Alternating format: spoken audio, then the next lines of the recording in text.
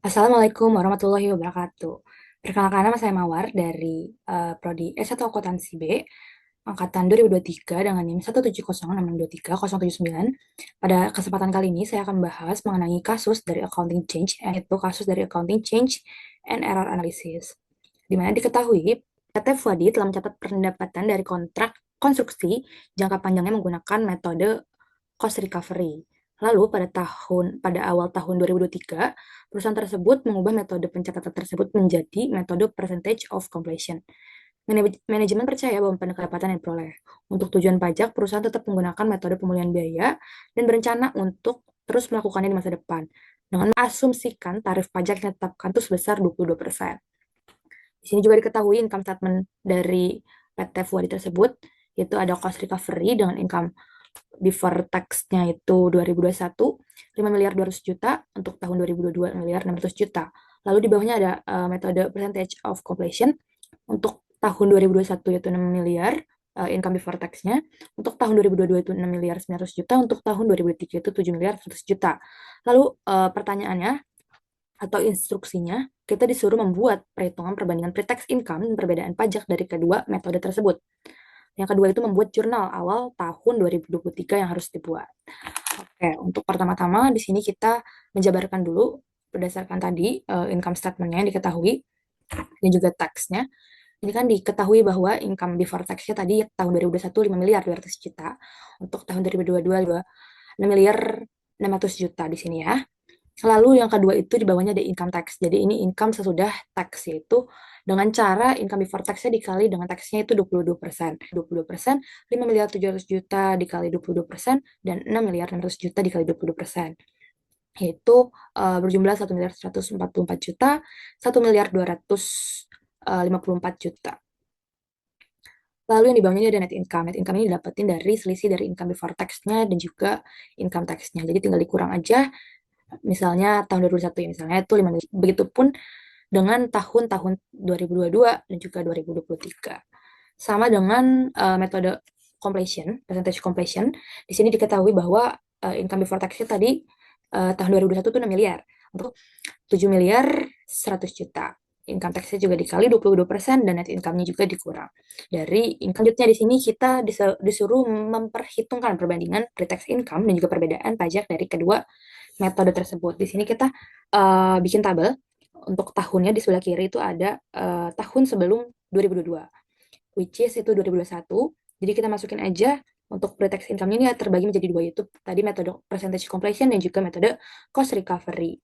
Tadi kan completion-nya itu 6, berdasarkan percentage completion itu 6 miliar ya. Dari sini percentage completion, dan untuk cost recovery 200 juta. Jadi kita tinggal masukin aja. Untuk tahun 2022-nya ini kita dapat dari sini. Yaitu 6 miliar 900 juta. Untuk tahun 2022 di cost recovery yaitu sama, di sini 5 miliar 700 juta 2023. Nih, jadi ini digabung ya kedua baris ini. Yaitu ini berdasarkan jumlah dari tahun 2021 dan juga 2022. Yaitu misalnya 6 miliar, 5 miliar 200 juta ditambah 5 miliar 700 juta sama dengan 10 miliar 900 juta. Lalu untuk yang terakhir itu total 2023 di sini berdasarkan dari di sini tahun 2023-nya. Lalu untuk cost recovery-nya itu 6 miliar 600 juta juga diketahui dari soal. Lalu sebelah perbedaan dari metode percentage completion dan juga cost recovery. Tinggal mengurangi aja, misalnya di sini 6 miliar. 6 miliar dikurang 5 miliar 200 juta sama dengan 800 juta, 6 miliar 900 juta. 12 miliar 900 juta dikurang 10 miliar 900 juta yaitu 2 miliar. Lalu yang terakhir itu 7 miliar 100 juta dikurang 6 miliar 600 juta yaitu 500 juta. Jadi dari perbedaan tadi dikali 22%, yaitu 800 juta dikali 22% dari teksnya, yaitu 176 juta.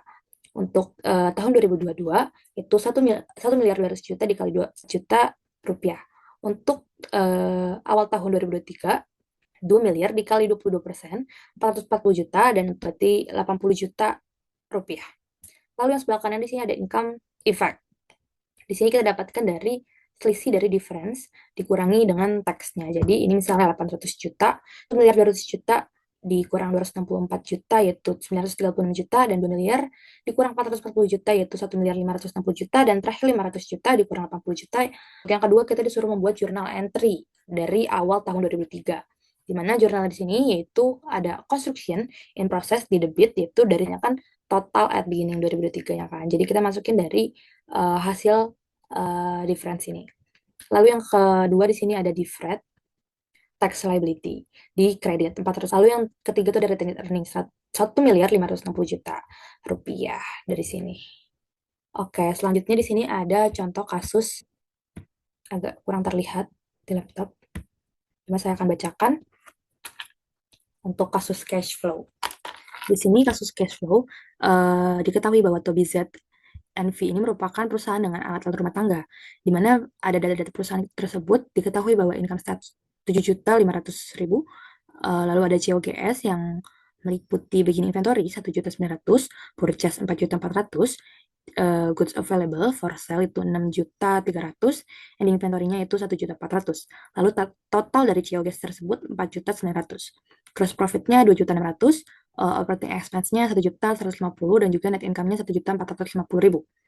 Adapun additional information-nya, yang pertama itu ada increase dari account receivable 200 juta, maksudnya 200.000. Terus lalu ada inventory decrease 500.000. Lalu ada prepaid expense increase 175.000, account payable decrease 340.000, accrued expense payable itu decrease 105.000, dan yang terakhir operating expense include depreciation expense. Kita membuat laporan arus kas tahun 2025 parsial bagian operasi indirect dan juga operasi direct metode arus kas metode indirect. Jadi untuk indirect sendiri di sini kita pertama-tama karena kita disuruhnya operasinya aja, jadi kita langsung masukin aja activity. Dari pertama itu net income, kita masukin net income-nya, yaitu diketahui tadi dari bawah dari income statement tadi. Lalu yang kedua di sini kita adjustment to reconcile net income to cash. Apa aja yang kita adjust? Tadi kan dibilang bahwa increase di account receivable.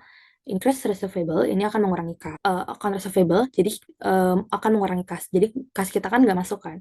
Kecuali kalau misalnya ada customer yang bayarnya cash. Jadi kalau misalnya customer akan membayar cash, ini akan menambah bukan mengurangi. Gitu.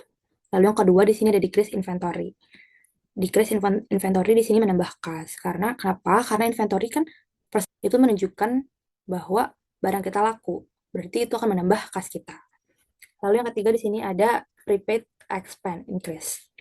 Menambah nih kalau kita nggak bayar beban, sehingga mengurangi kas kita. Lalu yang keempat, decrease account payable. Di sini normal, kalau kita punya utang berkurang, ya kas kita akan berkurang juga. Gitu. Untuk depreciation juga 85.000 kita masukkan. Lalu untuk yang terakhir, di sini decrease accrued expense juga mengurangi.